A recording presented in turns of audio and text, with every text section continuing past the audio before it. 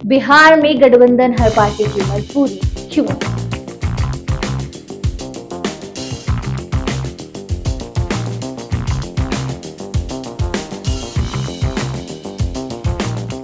नमस्ते, मैं आमिना और आप देख रहे हैं आपकी खबर राजनीति।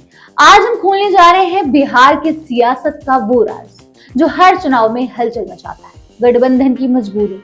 जी हाँ, बिहार में कोई पार्टी अकेले सत्ता का ताज नहीं पहन सकती। आखिर क्या है इसके पीछे की कहानी? क्यों हर बार पार्टियों को गठजोड़ करना पड़ता है?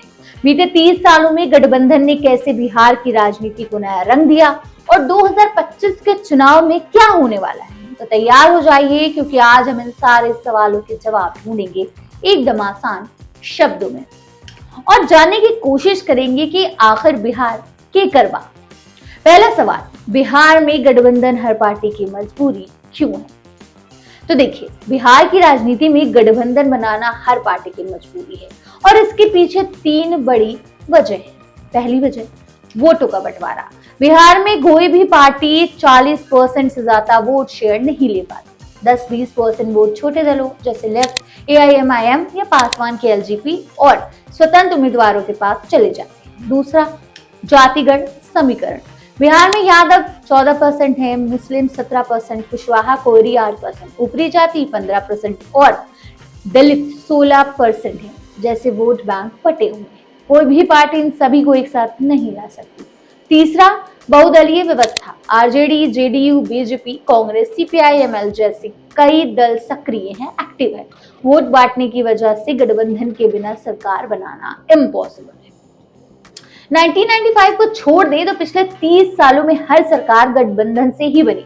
2022 के चुनाव में एनडीए और महागठबंधन दोनों को 37 वोट मिले, लेकिन सीटें गठबंधन की ताकत से ही मिली। अब दूसरा सवाल, 1990 में बिहार की राजनीति कैसी थी और गठबंधन का क्या रोल था? तो चलिए अब थोड़ा इसके लिए पीछे चलना पड़ेगा। 1990 में बिहार में 324 विधानसभा सीटें थी। उस समय लालू प्रसाद यादव की जनता दल ने मुस्लिम यादव समीकरण के दम पर कांग्रेस का 30 साल का वर्चस्व तोड़ दिया।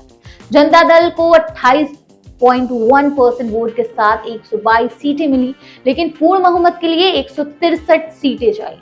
तब लालू ने लेफ्ट फ्रंट यानी सीपीआई और सीपीएम का समर्थन लिया और 10 मार्च 1990 को मुख्यमंत्री बन गए। बीजेपी और कांग्रेस अकेले कमजोर थे। ये वो दौर था जब गठबंधन की ताकत ने बिहार की सियासत को नया रंग दिया।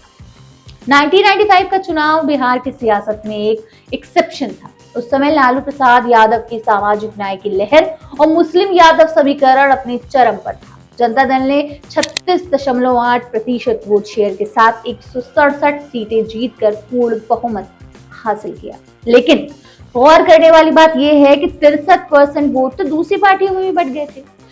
1995 के बाद जनता दल टूटी, आरजेडी बनी और वोट शेयर और बढ़ गया।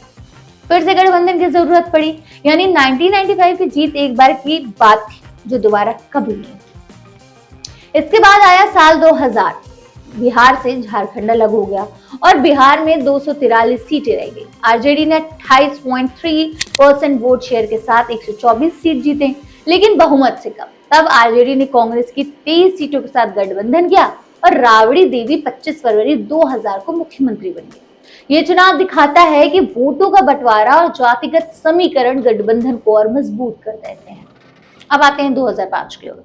इस साल 2 बार चुनाव हुए। फरवरी में कोई पार्टी बहुमत नहीं ला सकी। आरजेडी सबसे बड़ी पार्टी थी, लेकिन 122 सीटों के जादुई आंकड़े से 47 सीटें पीछे थी।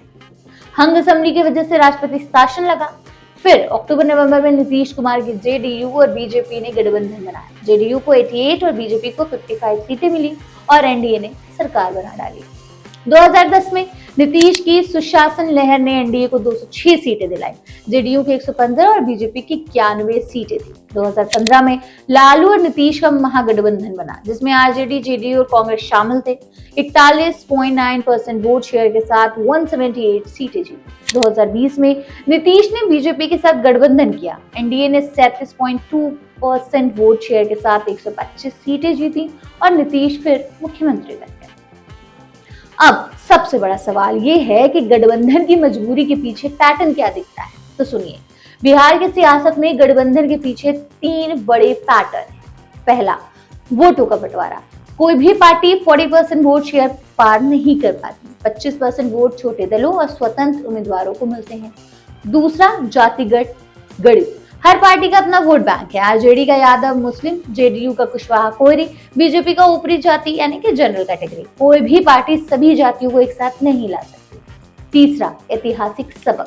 1995 को छोड़कर हर सरकार गठबंधन से लड़ी। 2005 की हंग असेंबली ने दिखाया कि बिना गठबंधन की अराजकता होती है। नीतीश कुमार ने तो 4 बार गठबंधन बदला, कभी बीजेपी, कभी आरजेडी, फिर वापस बीजेपी, और अब 2025 के चुनाव में एनडीए, जेडीयू प्लस बीजेपी और महागठबंधन आरजेडी प्लस कांग्रेस फिर से आमने सामने।